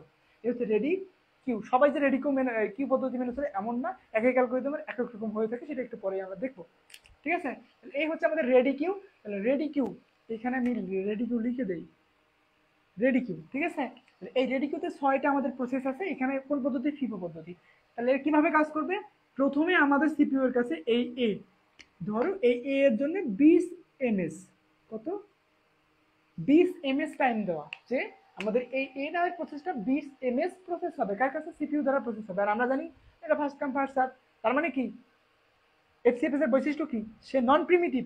নন প্রিমিটিভ মানে কি? একটা প্রসেস যখন সিপিইউর কাছে যাবে, সে 20 সেকেন্ড হোক, 30 সেকেন্ড হোক, 100 সেকেন্ড হোক, ওর কাজ শেষ করার পরেই সে সিপিইউকে ফাঁকা করবে, তাই না? তো এই দেখো কি করবে, এটা প্রথমে আসবে, যেহেতু ফার্স্ট কাম ফার্স্ট সার্ভ, সবার এখানে আগে কি আসছে? এ আসছে, তারপর বি, তারপর সি, তারপর ডি, তারপর ই। অনেকটা আমরা যে ভোটের সময় লাইন দাঁড়াই না, যে ছবি তোলার জন্য লাইন দাঁড়াই, কিন্তু আমার সামনে থেকে যে আগে আছে সে কিন্তু সামনে থাকে, তাই না? তাহলে ও আগে যায়, তাহলে ওইখানে কিন্তু একটা কিউ তৈরি হয়ে গেছে অলরেডি। কিউ পদ্ধতি মানতেছে, ফার্স্ট ইন ফার্স্ট আউট, যে ফার্স্ট থেকে যাচ্ছে সে সেবা নিচে চলে আসছে। তাহলে এইখানে সেই কাহিনীটা হচ্ছে, আমাদের সিপিইউ আছে, সিপিইউতে প্রথমে আমাদের প্রথম প্রসেসটা যাবে, সে সেবা নিতে চলে যাবে, তারপর দ্বিতীয় প্রসেস, তারপর তৃতীয় প্রসেস, তারপর সিরিয়ালি, তাই না? তাহলে মনে করো এই প্রসেসটা কোথায় আসবে? এই সিপিইউ এর কাছে আসবে, আসবে এবং এর টোটাল কত? 20 এমএস সময় সিপিইউতে ব্যয় করবে। ব্যয় করার পরে সে সাইডে যাবে বা আউটপুট যে কার্যক্রম ও সেখানে চলে যাবে। তাহলে এই ঘরটা ফাঁকা হইল না? তাহলে এরপরে কি আসবে? এরপরে বি আসবে, তারপরে সি আসবে, তারপরে ডি আসবে, তারপরে ই, তারপরে জি, এফ, এফ জি, যাই হোক। এইভাবে কি করবে? কাজ করবে। আমাদের কি কি কাজ করবে? আমাদের হচ্ছে এফসিএফএস অ্যালগরিদম কাজ করবে। এখানে আমাদের একটা রেডি কিউ থাকে, সেই রেডি কিউতে কিছু প্রসেস থাকে, সেই প্রসেস একটা একটা টাইম অনুযায়ী আমাদের সিপিইউর কাছে যায় এবং সেই সময়টা ব্যয় করে এবং প্রসেসের কাজ শেষ হয়ে যায়। আর এর বৈশিষ্ট্য কি? নন প্রিমিটিভ, মানে হচ্ছে একটা সিপিইউ, একটা প্রসেস যখন সিপিইউকে পাবে, সে ততক্ষণ পর্যন্ত সেই সিপিইউ থেকে বের হবে না ততক্ষণ পর্যন্ত তার কাজ শেষ হচ্ছে। ঠিক আছে, এটা কার বৈশিষ্ট্য? এফসিএফএস এর। এখন এটার একটা উদাহরণ আমরা দেখবো, বইয়ে যেটা দেওয়া আছে। কি উদাহরণ দেওয়া আছে আমরা সেটা একটু দেখি। দেখো উদাহরণে লিখছে যে নিম্নে 3টি প্রসেস এবং তাদের সিপিইউ ব্রাশ টাইম দেওয়া হয়েছে, যাদের অ্যারাইভাল টাইম 0। এখন কথা হলো এই অ্যারাইভাল টাইমটা কি? অ্যারাইভাল হচ্ছে আগমনের সময়। কি বলতো?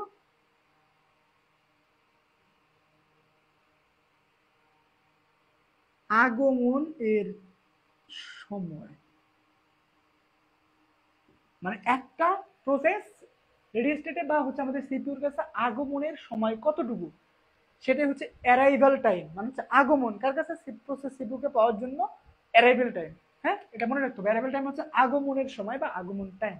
এইটুকু মনে রাখো জাস্ট। তারপর তাহলে কি বলছে এখানে? আবার পরে নিম্নে 3টি প্রসেস এবং তাদের সিপিইউ ব্রাশ টাইম দেওয়া আছে। সিপিইউ ব্রাশ টাইম বলতে বোঝাচ্ছে সিপিইউকে যতক্ষণ সে অ্যালোকেশন করবে সেই টাইমটা দেওয়া আছে। হ্যাঁ, মানে কতক্ষণ সিপিইউকে ইউজ করবে সেটা হচ্ছে ব্রাশ টাইম দেওয়া আছে। যাদের arrival time 0, average waiting time, turnaround time বের করো। তাহলে অ্যাভারেজ ওয়েটিং টাইমটা বের করলেই পারবা, টার্ন অ্যারাউন্ডটা বের করতে হবে, কারণ জানো একটা জব সাবমিশন থেকে শুরু করে শেষ পর্যন্ত যে সময়, ওটাই হচ্ছে টার্ন অ্যারাউন্ড টাইম, সোজা হিসাব। তাহলে আমাদের ওয়েটিং, অ্যাভারেজ ওয়েটিং টাইম মানে গড় বের করতে হবে। ঠিক আছে, তাহলে এখানে আমাদের 3টা প্রসেস দেওয়া আছে, যাদের অ্যারাইভাল টাইম 0 এবং ব্রাশ টাইম, একটা হচ্ছে 24 এমএস, একটা হচ্ছে 3 এমএস, আর একটা হচ্ছে 3 এমএস।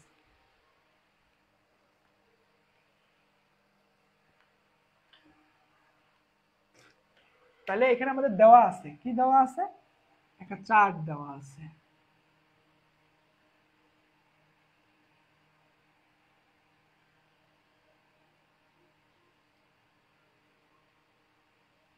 এইটা হচ্ছে আমাদের প্রসেস, এটা হচ্ছে সিপিইউ ব্রাশ টাইম,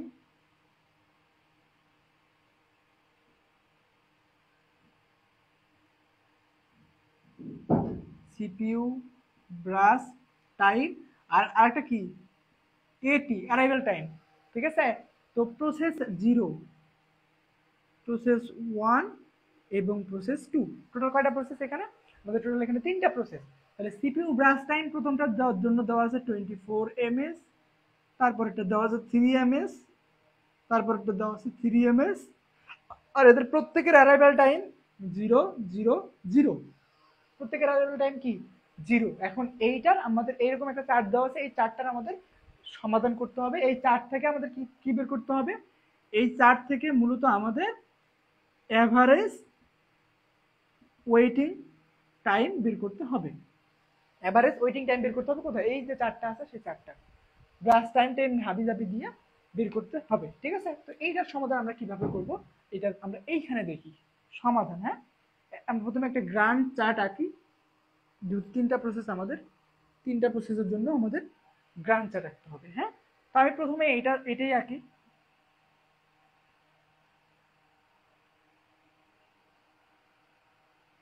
এইটা হচ্ছে আমাদের মনে করো P0 মানে প্রসেস 0, এবং এটা হচ্ছে আমাদের P1, এটা হচ্ছে আমাদের P2।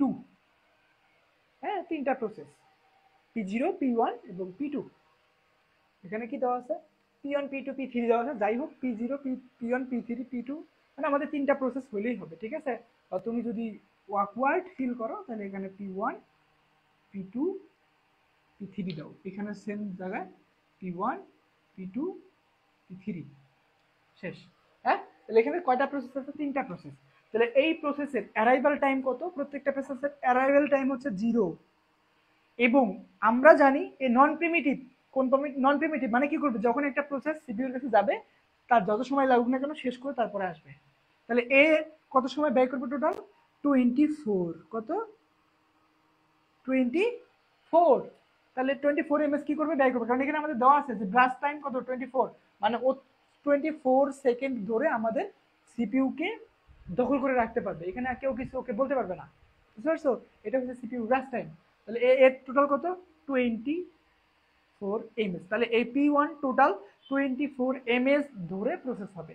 এরপরে P1 এর জন্য বরাদ্দ কত, 3। কত, 3। তাহলে এই P1 P2 তে আসার জন্য, এটা P2, এটা ছিল P1, P1 এর জন্য কত 24। তাহলে এই P2 তে আসার জন্য একে কি করতে হবে, 3 সেকেন্ড অপেক্ষামান থাকতে হবে। সরি, P2 কে প্রসেস হওয়ার জন্য প্রথমে 24 মিলি সেকেন্ড অপেক্ষা করতে হবে। তারপরেই মূলত আমাদের প্রসেস কি রেডি কিউতে আছে না, রেডি কিউতে আছে।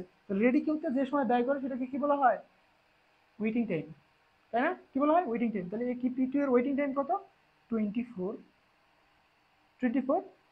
ms। ঠিক আছে, তাহলে এই 24 এই 2 তাহলে কত সেকেন্ড করবে, 3 সেকেন্ড। তাহলে P2 এর ওয়েটিং টাইম কত হবে, তাহলে P3 এর ওয়েটিং টাইম হবে P2 এবং P1 যত সময় সিপিইউর কাছ থেকে নিছে তত। তাহলে P1 কত নিছে, 24, আর P2 কত নিছে, P2 নিছে 3। তাহলে 24 আর 3,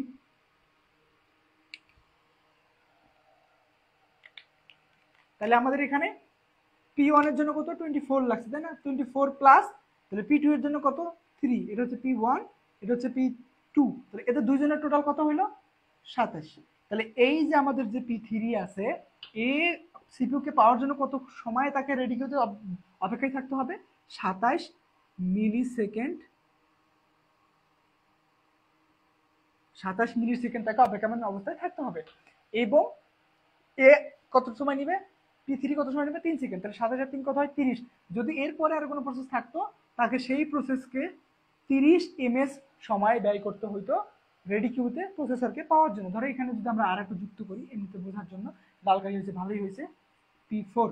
তাহলে এটার মনে করো যে টাইম দেওয়া 3 সেকেন্ড, কত, 3 সেকেন্ড বা 4 সেকেন্ড। তাহলে 4 আর 30 যোগ করলে কত হয়, 34 হয়। তাহলে আমাদের এই P4 যদি আমাদের প্রসেসরকে পাইতে চাই তাহলে তাকে টোটাল আমাদের 30 কি করতে হবে, ওয়েটিং টাইম 30 মিলি সেকেন্ড অপেক্ষা করতে হবে। বাবা এখন কল দিও না, আমি ক্লাস নিচ্ছি। হ্যাঁ, তাহলে P1 P2 P3 এবং P4। P4 যেহেতু আমাদের সাবজেক্টের বাইরে বুঝার জন্য লিখছি আমি। তাহলে এখন আসো তো, তাহলে আমাদের P2 এর ওয়েটিং টাইম কত, P1 এর ওয়েটিং টাইম কত, 0, এর কোনো অপেক্ষাই করা লাগা নেই। এবং P2 এর ওয়েটিং টাইম কত, 24। তাহলে P1 এর ওয়েটিং টাইম 0, P2 এর ওয়েটিং টাইম 24, এবং P3 এর ওয়েটিং টাইম কত, 24। P3 ওয়েটিং টাইম রয়েছে 27। তো এই হচ্ছে আমাদের তিনটা প্রসেসর না, তিনটা প্রসেসর ওইটাই আমরা পেয়ে গেছি, তাই না? তাহলে আমরা জানি এই তিনটা প্রসেসকে একসাথে যোগ করে আমরা যদি এর গড় বের করতে চাই, এভারেজ টাইম বের করতে চাই, তাহলে প্রসেসের সংখ্যা দ্বারা কি করতে হবে, ভাগ করতে হবে। মানে হচ্ছে এইখানে হচ্ছে আমরা যদি সূত্রটা লিখি, অ্যাভারেজ ওয়েটিং টাইম এর সূত্র হচ্ছে, এখানে হচ্ছে নাম্বার অফ প্রসেস এবং উপরে লেখা হচ্ছে যে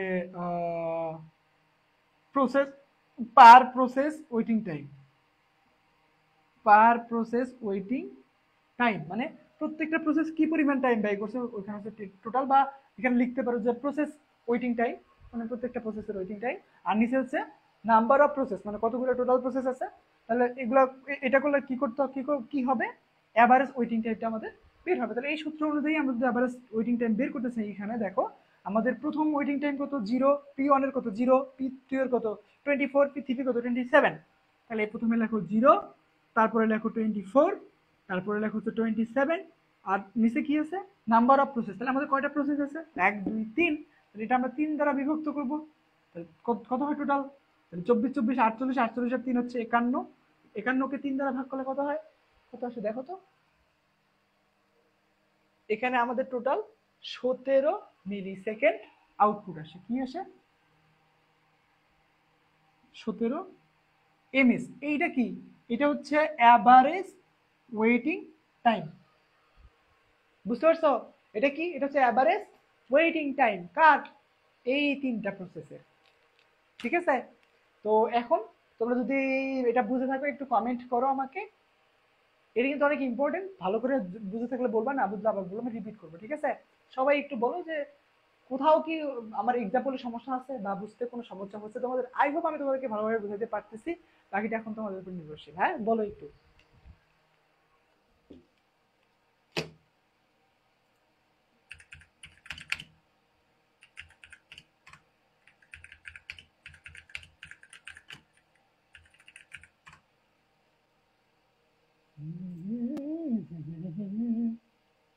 ইটস ক্লিয়ার, শূন্য চিরকুট লেখছো ডান। বিগ ফ্যান ভাই কিছু বুঝি নাই, বিগ ফ্যানরা সবসময় সবকিছু বুঝি না রে পাগলা। বলো সবাই একটু দ্রুত কমেন্ট করো বুঝছো কিনা। লাইভ হচ্ছে পিকজেলে, কখন ব্যান ঠাস করে বলে যে overheating your phone please shut down phone. 1 ঘন্টা 2 মিনিট হয়ে গেছে, দ্রুত শেষ করতে হবে রাউন্ড রবিন। এখন বলো বুঝছি ভাইয়া, জি ভাইয়া বুঝতে পারছি ভাইয়া। তাহলে বুঝতে পারলেও খুবই ভালো, এটা অনেক ইম্পর্টেন্ট ছিল। আই হোপ আমি তোমাদেরকে ইজি ওয়েতে শিখাইছি এবং বুঝতে পারছো বিষয়টা, টোটাল বিষয়টা বুঝতে পারছো। তো এইটা হচ্ছে গেল একটা পজিশন, এবং এখানে দেখো আর একটা কাহিনী ঘটতে পারে। সে কাহিনীটা কি, দেখো এদের ওয়েটিং টাইমটা চেঞ্জ হতে পারে। কেমনে চেঞ্জ হতে পারে আমি তোমাদেরকে একটু যদি দেখাই।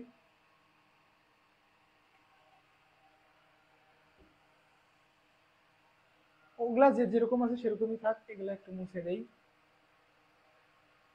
এটাও একটু মুছে দেই, এইটা এরকম বাকিগুলো থাক দরকার আছে।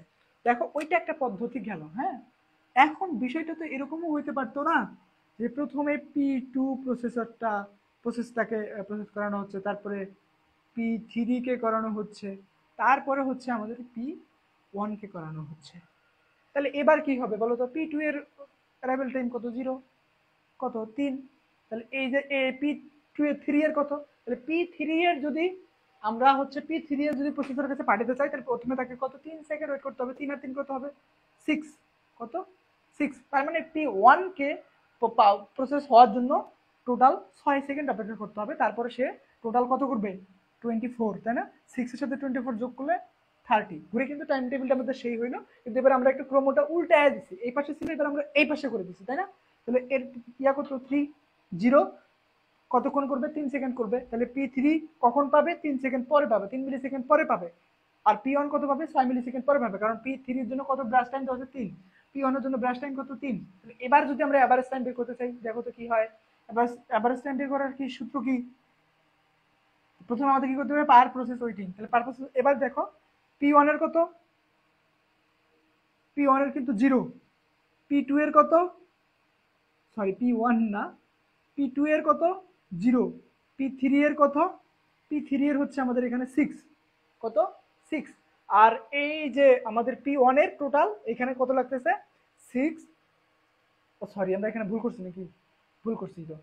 P3 এর লাগতেছে 3 সেকেন্ড, এবং P1 এর লাগতেছে আমাদের 0 সেকেন্ড। এই যে আরে ভাই খালি ভুল করতেছি এখানে, P1 এর হবে 6, এই যে P1 না, P1 হচ্ছে আমাদের টোটাল 6 মিলি সেকেন্ড পরে হচ্ছে প্রসেসর শুরু করছে, আর P3 কত 3 সেকেন্ড 3 মিলি সেকেন্ড পরে। আর P2 কত 0 সেকেন্ড ইয়াতে শুরু করছে। তাহলে এখন যদি আমরা অ্যাভারেজ টাইমটা বের করি তাহলে কত 0, তারপরে কত 0+3+6 ডিভাইডেড কত হবে 3 দিয়ে। তাহলে দেখো অ্যাভারেজ টাইমটা চেঞ্জ হচ্ছে কিনা। 3 আর 6 9, 9 যদি আমরা 3 দ্বারা ভাগ করি কত হয় 3 × 9, তাই না? 3 হয়, তাই না? কত হয় 3 হয়।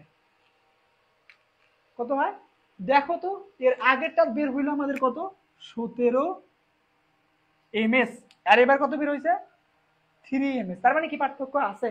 তাহলে আমরা যদি মানের ক্রমানুসারে বা মানের ক্রম অর্ডারটা চেঞ্জ করে এফসিএফএস এর কাছে দেখি তাহলে তাদের সিনসিয়ারলি কি হয়, তাদের হচ্ছে এভারেজ যে ওয়েটিং টাইম আছে সেটা বের করার ইয়াটা পরিবর্তন হয়ে যায়, চেঞ্জ হয়ে যায় এক একটা। তার মানে কি এই হচ্ছে বহুরূপী, মানে এর ভিন্ন ভিন্ন হইতে পারে ওয়েট এভারেজ ওয়েটিং টাইম, ঠিক আছে? এই জন্য বুঝছে যে সহজলভ্য। যাই হোক, এই হচ্ছে আমাদের এফসিএফএস অ্যালগরিদমের ব্যাখ্যা। এটা যদি বুঝে থাকো এটা ভ্যানিশ করে এখন আমরা রাউন্ড রবিন, ওটা আরো বেশি ইম্পর্টেন্ট, ওটার কাছে চলে যাব।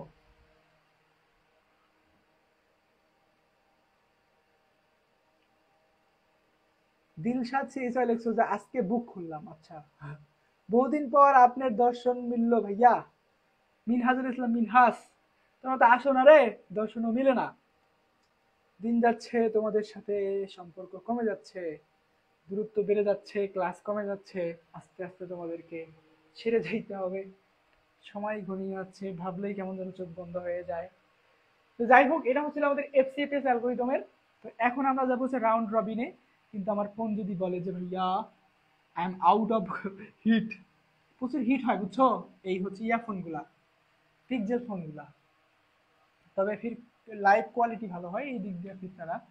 তো আমাদের এটা তো লাগবেই, তো এটা আমরা এখানে রাখি। এবার বের করো রাউন্ড রবিনের ক্ষেত্রে।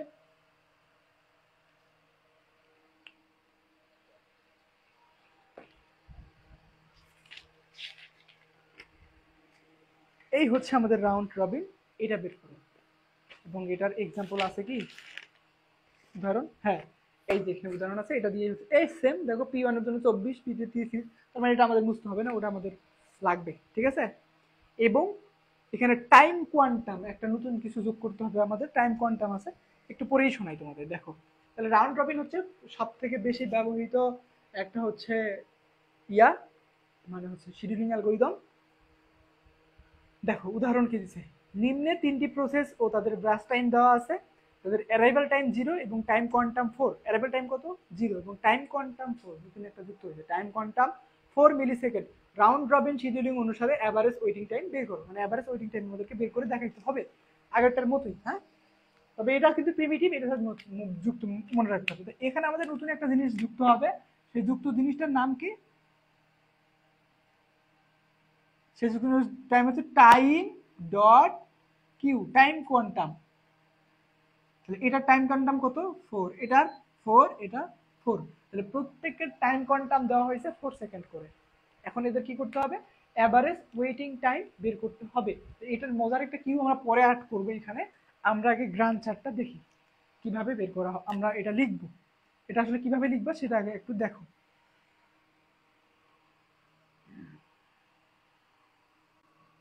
দেখো প্রথমে আমাদের এখানে P1 কি আছে, P1, তো P1 লিখবা, P1 লিখলাম।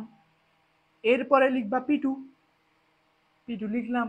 এরপরে লিখবা P3, P3 লিখলাম। আপাতত স্টপ থাকো। অ্যারাইভেল টাইম কত, P1 এর অ্যারাইভেল টাইম 0। ব্রাশ টাইম কত, ব্রাশ টাইম 4, কত 4। তাহলে এই P2 কে কতক্ষণ অপেক্ষা করতে হবে, P2 কে অপেক্ষা করতে হবে এই P1 যতক্ষণ সময় ব্রাশ টাইম পাইলো কার কাছ থেকে, কোয়ান্টাম টাইমের কাছ থেকে, ঠিক আছে? তো এর সাথে এখন আমরা পরবর্তী ওয়েটিং টাইমটা কি হবে, মানে P3 যদি এটা টাইম পাইতে চাই তো কত হবে সেটা আমাদের একটা ক্যালকুলেশন করতে হবে। তো আমরা নর্মাল ভাবে যদি করি 4 আর 4 যোগ করলে 8 হয়, বাট এখানে 8 হবে না। কেন হবে না? তো তোমাদেরকে আমি একটা টেকনিক শেখাই এখানে, বা হচ্ছে মনে রাখার জন্য জাস্ট বলি।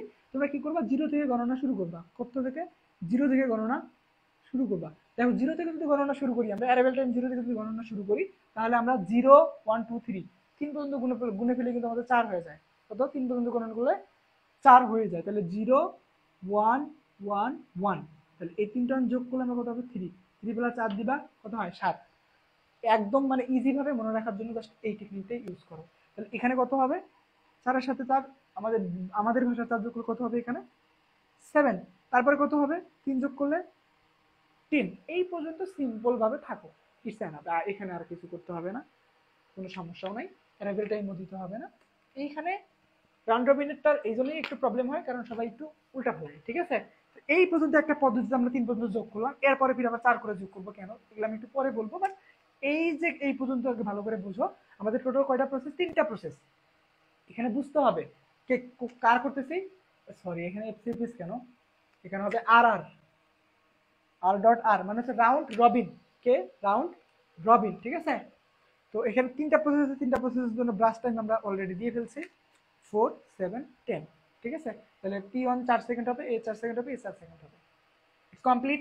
এখন দেখো P1 এর জন্য কিন্তু এখানে 24 মিলি সেকেন্ড দেওয়া আছে, তাহলে আমাদের কি P1 কে 24 মিলি সেকেন্ড ধরেই কিন্তু কি করাইতে হবে, প্রথমে ওকে এক্সিকিউশন করাইতে হবে। তো বাকি যে ঘরগুলো থাকবে,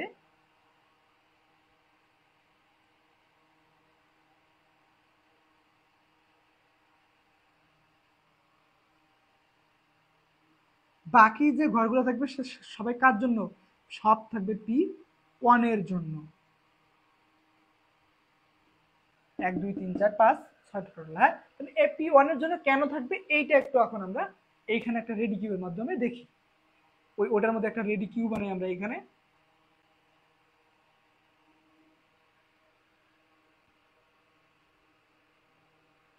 এখানে আমাদের সিপিইউ,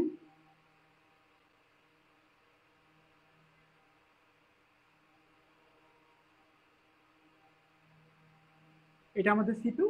তবে সিপিইউর সাথে এবার আরেকটা নতুন লাঠি যুক্ত হয়েছে, দেখো এইভাবে আসে, এইভাবে লাগছে।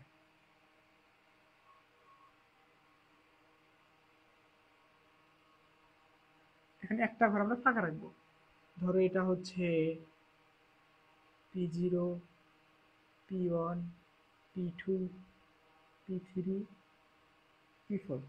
এইভাবে দেখো এবারে একটা এখানে একটা অ্যান্টেনা যুক্ত হয়েছে, এটা কিন্তু রাউন্ড রবিনের কাজ। আর ডট আর এটা কি, এটা হচ্ছে রেডি কিউ, রেডি কিউ। এখানে কি হচ্ছে দেখো, প্রত্যেকটা প্রসেসের জন্য আমরা জানি টাইম কোয়ান্টাম নামের একটা জিনিস আছে। টাইম কোয়ান্টাম মানে হচ্ছে, কারণ এই প্রিমিটিভ সাপোর্ট করে, মানে হচ্ছে মাঝপথে যে প্রসেসের গতি কার্যক্রম থামাই দিতে পারে কি আমাদের রাউন্ড রবিন। তাহলে এ কি করছে দেখো, প্রসেস হওয়ার পরে 4 সেকেন্ড করে প্রত্যেকের জন্য আগে ব্যয় করছে, 1 2 3 প্রত্যেকের জন্য আগে কি করছে 4 সেকেন্ড করে ব্যয় করছে, করার পরে সব টাইমটা এঁকে দিছে। কেন দিছে, যদি এখানে 4 থাকতো, এই 4 থাকতো তো 4 এর পরেই মূলত P1 চান্স পাইতো। কারণ দেখো এই দুইটা জিনিস মেনে চলে, ভালো করে মাথায় গেঁথে নাও।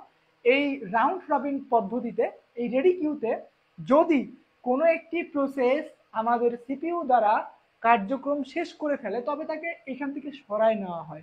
কি করা হয়, সরাই নেওয়া হয়। সাপোজ দেখো আমাদের P2 কত, P2 এর জন্য টাইম কোয়ান্টাম কত 4 সেকেন্ড, 4 মিলি সেকেন্ড, কিন্তু তার দরকার কত 3 মিলি সেকেন্ড। তার মানে কি P2 কিন্তু প্রথমবার প্রসেস করতে যায় তার কার্যক্রম শেষ করে ফেলছে। তার মানে কি শেষ করার পরে কি সে এখানেই থাকবে না, যেহেতু এর কাজ শেষ, সিপিইউ কি করবে তাৎক্ষণিকভাবে একে এখান থেকে বের করে দিবে, এখান থেকে রাখবে না একে। তারপরে চেক করবে যে কার জন্য আবার 4 সেকেন্ড বরাদ্দ আছে, 3 সেকেন্ড, তাহলে এই 3 P3 জন্য P3 কত, P3ও আমাদের 3 মিলি সেকেন্ড, তাহলে এও কি প্রথমবারেই কিন্তু কাজ শেষ করে ফেলবে। কিন্তু এরপরে যা দেখবে আর ওয়েটিং লিস্টে কেউ নাই, আছে আবার P1, কারণ P1 কে একবার 4 সেকেন্ড, এই যে P1 কে একবার 4 সেকেন্ড দিয়ে বন্ধ করে রাখা হয়েছিল। দেখো এই সিপিইউর কাছে প্রথমে মনে করো P1 গেছে, কে P1 গেছে, তো P1 যাওয়ার পরে প্রথমে সিপিইউর কাছে সে 4 সেকেন্ডই পাবে, 4 সেকেন্ড পাওয়ার পরে সে তার টাইম কোয়ান্টাম শেষ। তাহলে সিপিইউ তাকে ব্লক করবে, ব্লক করার পরে সে এই যে দেখতে পাচ্ছ না এখানে, সেই এটা একদম আসে একবারে কিউ এর পিছনে দাঁড়াবে। কেন দাঁড়াবে, তাহলে এই যে এখানে P1 P2 P3 P4 যা আছে, এদের প্রসেস হওয়ার পরে আবার P1 চান্স পাবে। কে চান্স পাবে, P1 কত সেকেন্ডের জন্য, 4 সেকেন্ডের জন্য। যেহেতু আমাদের এখানে P3 একবারেই হয়ে গেছে, P2 একবারে হয়ে গেছে, একবারে হয়ে গেছে, তারপরে শুধু বাকি থাকতেছে কে, তাহলে বাকি থাকতেছে শুধু P1। P1 কে সে টোটাল আবার 5 বার, টোটাল 5 বার কি করবে, 4 সেকেন্ড করে বরাদ্দ করবে। তো এই হচ্ছে রাউন্ড রবিনের ইজি একটা বোঝার ওয়ে, সুবিধা, ঠিক আছে। তাহলে এখন প্রত্যেকে 4 সেকেন্ড করে পাবে, 4 যোগ করো, 14, আবার 4 যোগ করো 18, আবার 4 যোগ করো 22, আবার 4 যোগ করো 26, আবার যোগ করো 30। এই হচ্ছে আমাদের রাউন্ড রবিনের টাইম টেবিল। এখানে একটা বিভক্ত আছে।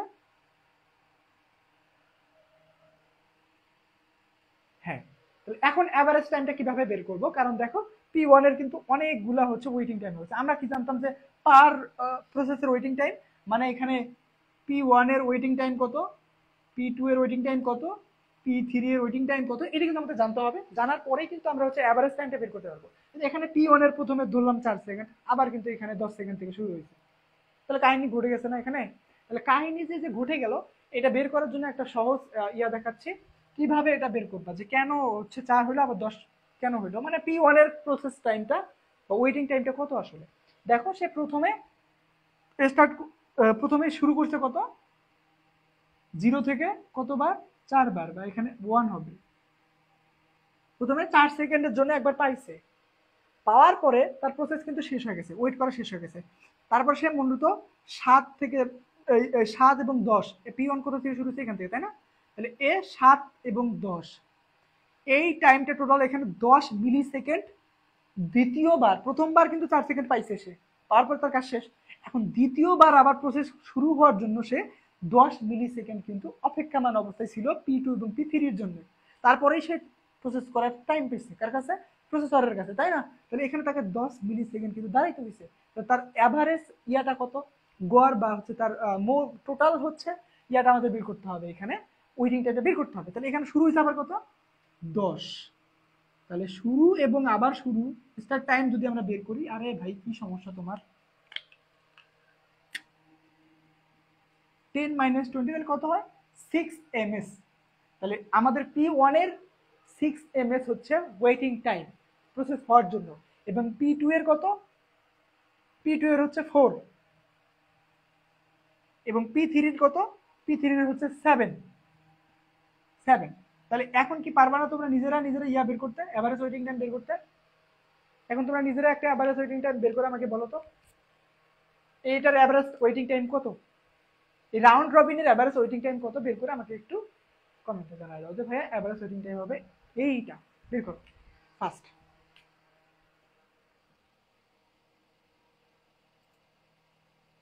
ভাই দ্রুত যতই বাড়ুক গুরুত্ব কমবে না, ইনশাআল্লাহ। ইনশাআল্লাহ আপনার সাথে কাটানো সময় ভাইয়া এত সহজে ভুলে যাওয়া সম্ভব নয়, ঠিক রে?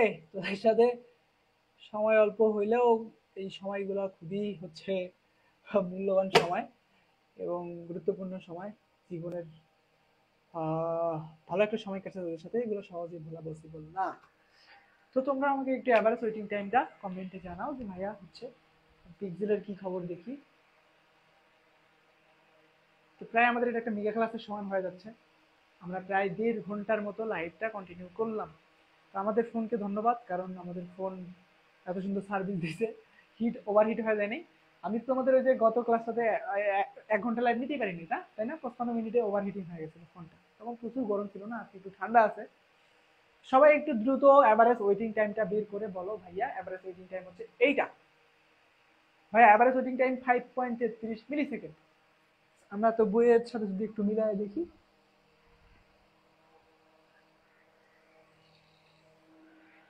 33 কেন হইলো, এখানে আমি বইয়েতে একটু অন্যরকম দেখতেছি, বাট তোমরা আর একটু দেখো ভুল টুল কোথাও হয়েছে কিনা।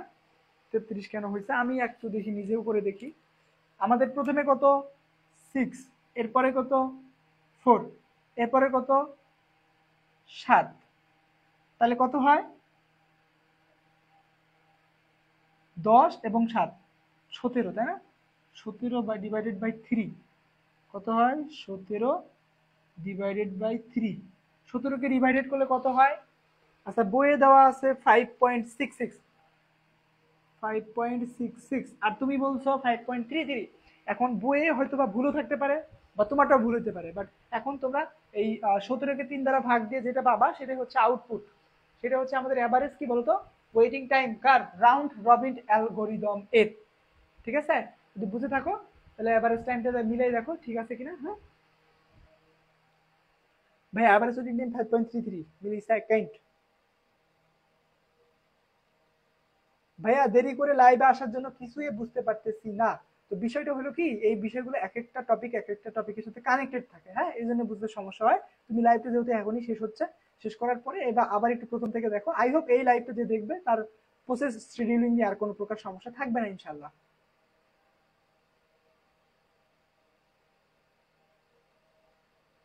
তো এই অধ্যায়ের ইম্পর্টেন্ট পড়াশোনাগুলো এগুলাই। তো দুইটা অ্যালগোরিদম আমি তোমাদের খুব ভালোভাবে হচ্ছে এক্সপ্লেইন করে দিলাম। এভারেজ টাইম কিভাবে বের করতে পারবা সেটাও দেখাই দিলাম। এফসিএফএস এর ক্ষেত্রে দুইভাবে কিভাবে বের করতে পারবো সেটাও বুঝাই দিলাম।